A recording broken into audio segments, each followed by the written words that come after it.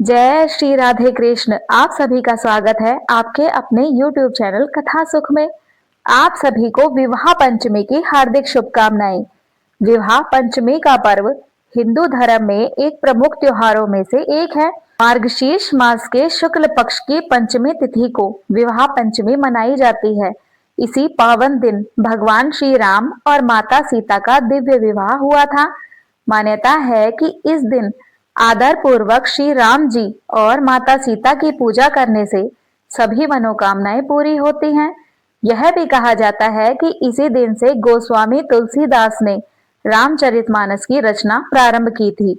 शास्त्रों में बताया गया है कि विवाह पंचमी के दिन ब्रह्म मुहूर्त में उठकर स्नान करें, स्वच्छ वस्त्र धारण करें। इसके बाद मन ही मन श्री राम जी के विवाह का संकल्प लें। पूजा स्थल पर भगवान श्री राम और माता सीता की सुंदर प्रतिमा स्थापित करें। भगवान राम को पीले वस्त्र और माता सीता को लाल वस्त्र अर्पित करें। इसके बाद जानकी वल्लभाय नमः मंत्र का कम से कम 108 बार श्रद्धा पूर्वक जप करें और विवाह का गठबंधन करें। अंत में भगवान की आरती करें और श्री राम जानकी का आशीर्वाद प्राप्त करें। आइए श्रवण करते हैं विवाह पंचमी की कथा। यह कथा त्रेता युग की उस महत्वपूर्ण घटना का स्मरण कराती है जब अयोध्या के राजा दशरथ के पुत्र श्री राम जी का विवाह मिथिला के राजा जनक की पुत्री सीता के साथ हुआ था। प्राचीन काल में मिथिला के राजा जनक बहुत ही धर्मपरायण और ज्ञानी राजा थे। एक बार मिथिला में कई वर्षों तक वर्षा ही नहीं हुई और राज्य में अकाल पड़ गया। इसे दूर करने के लिए ऋषि मुनियों ने राजा जनक को यज्ञ करने की सलाह दी। यज्ञ के लिए भूमि जोतते समय राजा जनक को भूमि से एक सुंदर कन्या प्राप्त हुई। उस कन्या को राजा ने अपनी पुत्री के रूप में अपनाया और उसका नाम सीता रखा। सीता जी बचपन से ही अत्यंत तेजस्वी और बलशाली थी। एक बार राजा जनक ने एक यज्ञ में भगवान शिव का धनुष, जिसका नाम पिनाक था, वह पाया था। यह धनुष बहुत ही भारी और दिव्य था, जिसे साधारण मनुष्य उठाने की भी क्षमता नहीं रखता था। राजा जनक ने यह प्रतिज्ञा की कि जो भी इस धनुष को तोड़ेगा वह सीता का वर होगा।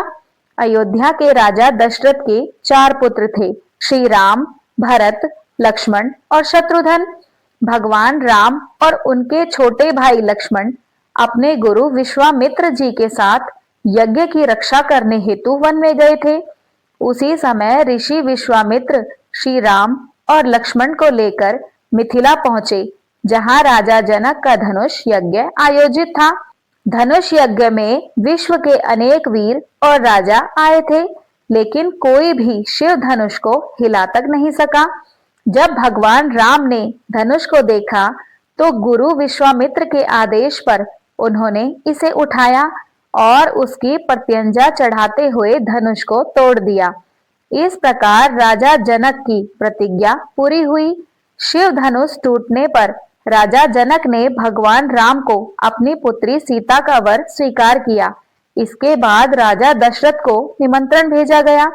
राजा दशरथ अपने पूरे परिवार और बारात के साथ मिथिला पहुंचे। विवाह पंचमी के दिन भगवान श्री राम और माता सीता का विधि पूर्वक विवाह संपन्न हुआ। साथ ही श्री राम के तीनों भाइयों लक्ष्मण, भरत और शत्रुघ्न का विवाह भी क्रमशः सीता की बहनों उर्मिला, मांडवी और श्रुतकीर्ति के साथ हुआ। विवाह पंचमी का पर्व वैवाहिक जीवन के महत्व को दर्शाता है। यह प्रेम, समर्पण और कर्तव्य के आदर्शों का प्रतीक है। इस दिन भगवान श्री राम और माता सीता के विवाह को स्मरण करते हुए श्रद्धालु व्रत रखते हैं, कथा सुनते हैं और पूजा अर्चना करते हैं। नेपाल के जनकपुर और अयोध्या में यह पर्व बड़े धूमधाम से मनाया जाता है। तो सभी प्रेम से बोलिए भगवान श्री राम की जय, माता सीता की जय।